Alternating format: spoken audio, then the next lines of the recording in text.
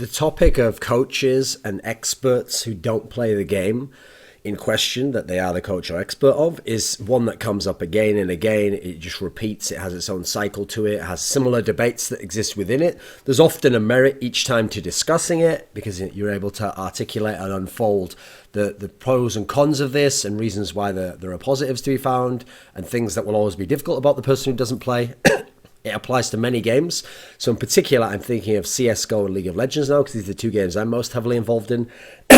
But the biggest problem I see with the topic is that it tends to get very muddied on one side of the equation by poor articulation. So what tends to happen is people can understand the part, at least most people, where it is possible to appreciate or understand or have expertise or insight or ability to analyze and model something that you're not necessarily directly involved in and don't do yourself and don't perform to a high level of excellence yourself. People can understand that part of the concept because they understand that you can see what a good movie is and you can critique a movie and you can go into great detail about a movie and what made it good and what made it bad without understanding what lenses should be used and how a scene should be lit and what sort of film they could have filmed it onto. You don't have to understand all these concepts. We understand that. Likewise, you can understand what good food is without being able to make that particular meal or kill the animal or prepare the meat. We can understand this part of the equation. That part almost everyone tends to get to eventually, even the people who deny that the experts and coaches who didn't play the game can ever be good. Where it gets muddied in the articulation, I find, is that people don't do a good job of explaining how the expertise is gained for the person who didn't play the game and who wasn't any sort of former player or wasn't directly involved in it and has learned a lot of their knowledge on a theoretical level. That's where it tends to be poorly articulated, and that's where I see some of the gap and some of the difficulty when this topic comes up again and again. Because clearly, it's not the case, and this is where I see people fall down a lot, that because if a pro player says something and someone else makes a very good point who isn't a pro player, because it's not the case that you can say, well, the other guy isn't a pro player, therefore he must be wrong, and the pro player who's better than him at the game must be right. Right? Yes, that part's correct. That does not follow.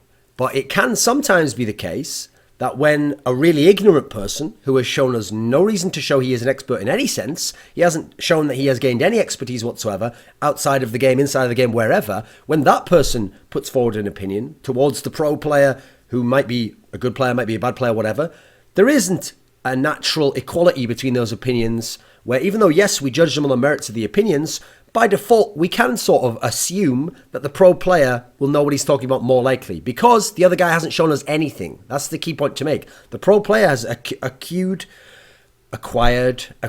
his information, his expertise, his way of modeling the game from playing the game and talking to other people and talking to coaches and watching the game. The person who hasn't done anything is not equal to him just because he doesn't play the game. So likewise with coaches and experts, it's not that they don't play the game that then makes them the expert. No, it's that they have to get their expertise somewhere else. So the question becomes, what has their toil been and how have they earned their expertise? Because clearly it hasn't come from playing. Now, in Counter-Strike, to give you an example, in Counter-Strike 1.6, I spent over a decade following this game, and one of the ways I accrued my expertise is I watched many, many more demos than probably 99.99% of pro players who ever competed in Counter-Strike. I used to find a player that was interesting to me in a team. I would line up 30 demos of his. I would watch it on double and triple speeds. I had fast forward scripts. I would make notes. I would just watch things mentally. As I'm watching it very quickly, I'll be trying to notice his tendencies, not just what he did on that specific round, but what is his natural instinct when he's pushed into a corner here, when he gains an advantage here, when he's against this specific type of team and setup, when he's against a different sort of team and setup, when he's against someone who's beaten him in the past, when he's against someone who's dominated in the past. These are the sorts of things I'm doing because in my head, and sometimes on paper, I'm modeling out a kind of a map of what this player's like, how he plays the game, how he sees the game, how he interacts with the game, what he does correctly, what he does incorrectly, how efficient he plays. So that was in Counter-Strike, but in general, in all these games, this is a similar approach, not obviously just watching the games, as to what the expert who doesn't play or the coach who doesn't play is doing. He's learning to understand key principles of the game beyond simply game mechanics. Often pros are experts on game mechanics, and then principles in terms of individual matchup, how their model or their character or they interact with the game world and teammates. They're experts in that area. Often the person who's the coach or expert is coming from more of a vertical perspective. Actually, maybe that's the wrong angle. It's more of a horizontal perspective. They're trying to understand more of the overall game and from a higher level, whereas the players deep down in the trenches, in the gravity well, as it were, has a very strong vertical understanding on his particular small area, but not so much in the wider scope of things. So this person's trying, the coach or expert is trying to understand key principles that go beyond just games mechanics. Key principles of the game. What sort of an aggressive team is countered by what sort of a hybrid or defensive team?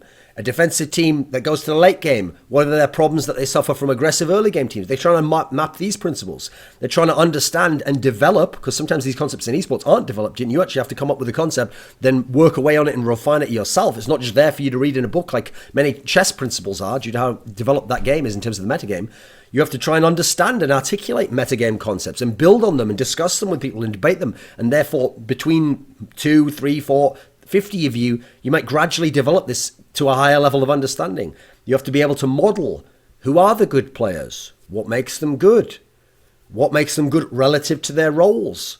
What about modeling roles themselves? What roles should there be in the game? What are the outliers to those roles? How do those roles interact within the team and against each other, against opposing roles? What are the positions that someone can play on in a map or in an area of the game? And how do the roles relate to what would be applicable there, depending on the team setup? Model the styles of players you can have, the styles of teams you can have, how those players and teams match up, how they counter each other, how they play off each other, which ones are catalysts for great games, which ones will have shutdowns and snowballs. These are all things that we're modeling here. And you notice many of these concepts here are not things that necessarily most pros have to focus on or ever will put a lot of time into understanding or developing or refining in terms of concepts and principles here. To give you a League of Legends example, Loco Doco, who's the current coach of Team Liquid and formerly of Team Solomid, TSM, he has not been a top-level pro player in League of Legends since the summer of 2012. It's around the summer to the autumn of 2012 was the end of him being a really top-level pro. After that, he was just a pro, and he wasn't a very good player. He was just an average pro, or at times when he was a support player, for example, at CLG, he was a bad pro. He also hasn't been a pro in any context since 2013. I mean, he was a pro in OGN early on that year, and then he tried to qualify for LCS late on in the year with Quantic for the NALCS. Since then, he has not been a pro in any context. Yet, there was a very interesting discussion I saw, which is part of what prompted me to think about this topic, a while back where someone was doing, I think it was a Loco Doco AMA. So someone was asking him about how Bjergsen was doing in his scrims. And what's interesting was, in this process, Loco Doco responded, but Dyrus responded, a player for Loco Doco, but the top laner. And the topic was about Bjergsen, the mid laner. And what you saw here was Dyrus is a better player than Loco Doco. At their peaks, I'd argue maybe Loco Doco was slightly better, but they were both top-level pros relative to their reasons at their peaks. And obviously Dyrus had a much longer career and has been a pro much longer and was a pro at this particular time when he answered this question. But Loco Doco hadn't been a pro for a number of years. But you'll see the way they discuss this will show you the difference between the pro and the expert and how both have validity but exist in different realms, even though those magisteriums do overlap to some degree within the game.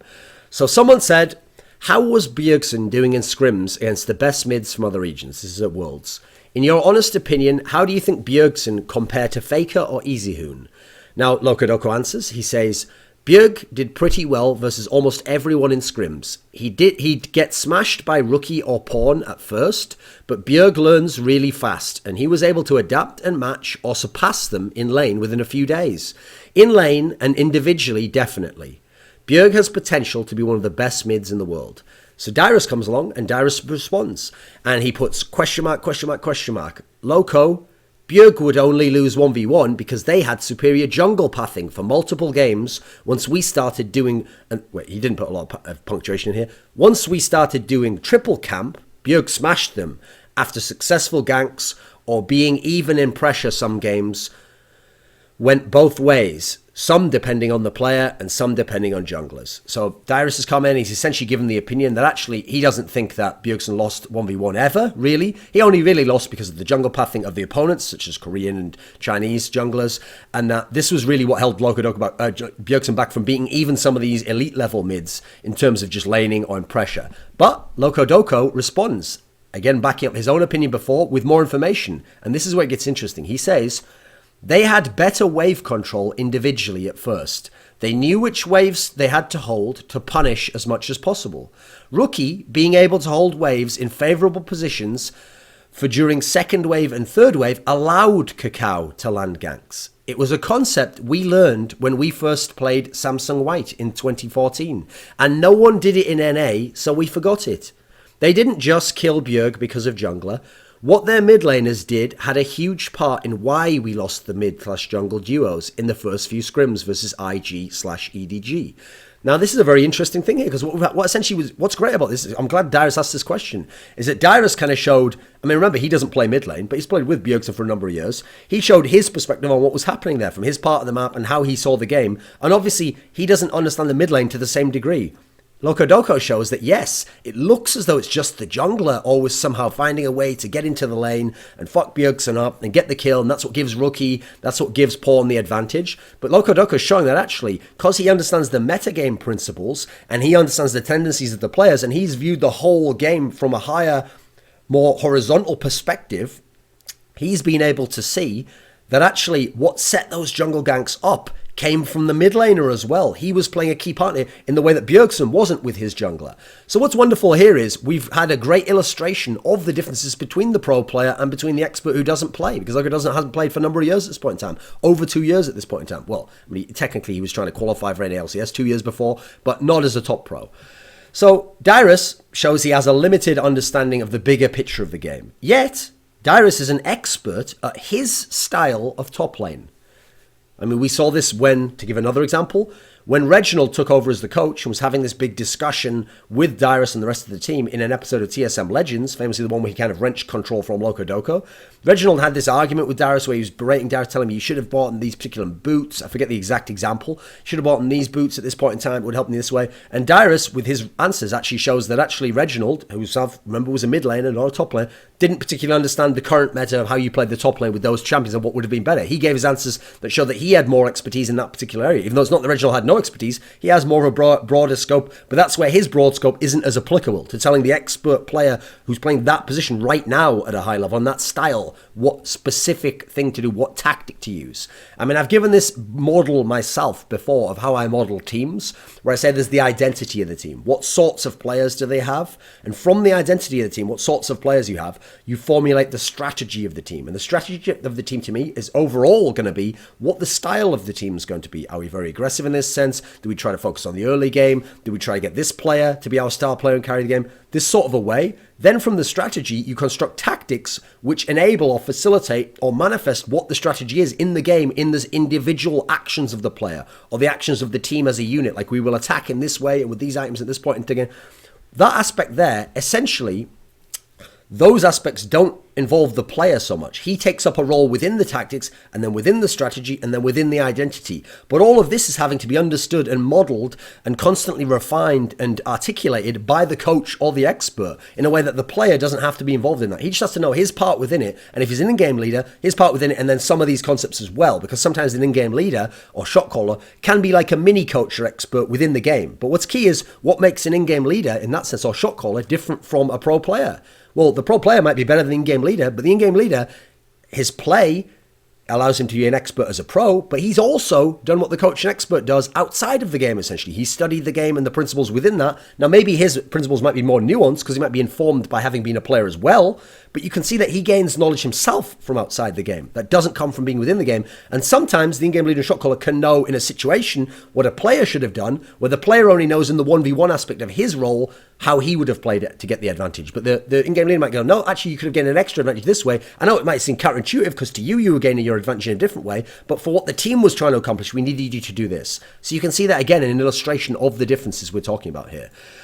So in CSGO terms, we can understand, I would hope, that Pronax, former legendary leader of Fnatic, the greatest team of all time, understands a side of the game or components of the game that Olafmeister, one of the best players of all time, the star player of that team, doesn't understand and likely will never understand because he'll never dedicate himself. It's not necessary. It's not part of his world. He plays his role, and his office is to be within his role and be an expert and be the best and turn up day after day and compete and succeed in that area. It would be almost superfluous to spend too much of his time, if it took away from that area, going into the other. Likewise, we can understand that Existence, legendary in-game leader of Very Games, Titan, has a different, more expansive understanding of the tactical and metagame principles of the game than Kenny S, his star player from Titan earlier in the year, or Shox, who was his star player in Very Games. They understand it from an individualistic star player point of view. He understands a very different aspect. But what they understand in their very specific areas is going to be greater just in that area than his understanding. His is more expansive, but that doesn't mean it contains all of their knowledge. It might overlap slightly, but they'll have their own magisterium, their own area of understanding that he won't. So the key reason why there's always going to be this breakdown is shown off by the in-game leader aspect, because even in-game leaders sometimes don't have the time, the focus, the drive, the inclination to have expertise on all other teams. I've talked to many in-game leaders who asked me stuff like, what map do you think this team will do? Or in League of Legends terms, what do you think of this player over here? I've only got to play against him a few times and I haven't watched many of his games. Even though they're experts on metagame principles, they can't apply those general metagame principles to that specific player. They don't know his tendencies, how he plays, what he's doing in that sense. I mean, I used to have a statement that I made at the end of Counter-Strike 1.6 when people did interviews with me, where I would say, I know more about Counter-Strike than anyone who's ever lived. And not only is that great marketing, by the way, if you want to be an expert and you want to do a lot of events, etc., but it had a grain of truth to it. Essentially, it's something I think is correct. What I meant by that, and this is something I would always stress, is that doesn't mean I know everything about Counter-Strike, and that doesn't mean that my base of knowledge of Counter-Strike and expertise encapsulates everyone else's expertise. So just because I know more than them doesn't mean I know what they know and more. What I know sometimes might overlap with what they know, but certainly, especially a lot of pro players, they'll know things I don't know. But theirs is going to be very specialized, and mine is more expansive in that sense. Because I've watched every big game in the history of Counter-Strike. I've watched every great player. I've modeled the tendencies of the majority of the great players. I've seen even many of the role players. I know the history of what connects them. I've developed metagame concepts. I've developed narratives of why teams rose and fell in a way that players don't have that information. So my knowledge is more expansive in a sense, but theirs might be more intense within their particular area, within their horizontal gravity well of expertise in that one role at one point in time. So when we talk about this topic of the coaches and experts who are experts, remember that we understand that the player's expertise comes from playing and from finding out what works in his world of his game and trying to be successful. We understand, though, I hope now, that when we talk about the expert or coach who doesn't play, we're looking at how does he analyze the game? How does he model the game and concepts and come up with different ideas? And the key thing with the model is it not only isn't perfect, it can't be, because a model itself is like a smaller, less complicated version of something incredibly complicated. The thing is, the original thing being so complicated is why we have to model. Essentially, we're taking out some things that are confusing or irrelevant. We're trying to find the core principles, put them together, see how they fit together, and that's going to give us some notion that then when we look at the bigger thing, the original thing that we're modeling, we'll have a sense for or understand how to categorize it. But the model will never be perfect. It might be from a certain perspective, or the things we eschew might have value in a different area. So we have to have separate models and use the model that fits with each thing. The menu is not the food that comes. The map is not the actual area that it's mapping. It's just a model of it. So modeling is a very key concept, and that's also why you can be wrong when you're an expert, but update that. Just as a player could be wrong in terms of his style of play, but be successful, and then later on have to change it to be more successful when he then fails. So analysis, modeling, communication, here's a key thing. There are a lot of expert, some almost genius in the way they think of the game in League of Legends and CSGO, but who aren't particularly very good at talking, or they haven't understood how to analyze and model it on a conscious level to be able to articulate what they mean by that particular concept or how that goes. And so it might come off very simplistic. I mean, you see a lot of players in interviews just say, oh yes, that guy is very aggressive. Oh, this player, he is very passive. If you only divide the world into those two terms and don't explain more about those terms and the specific tendencies of how he's passive, you get very little out of that. You get a very basic understanding, but you don't even know what they mean by that. When they're talking about a specific matchup, they might mean passive in, oh, the way he farms and he doesn't always attack me this way. Whereas another player might be passive in the sense of, oh, he won't go for a kill when there's an opening to go. This is why you can see I there myself, in my own mind, have started to help that player articulate himself better because I understand the concepts of articulation and how to model and analyze the game. And so my questions would draw out of him more than I am capable of knowing myself. So you can see articulation and communication, very vital concepts. Now then, if you want to win big and show your expertise off, even though you won't be playing in the game, you could play at Alpha Draft. Analyze the trends of what teams and players are good. Model who you think the right players are to choose for a certain match or certain day. Communicate your picks to Alpha Draft and pay some Skrilla, or play in free contests if you scrub, and you could potentially win Skrilla.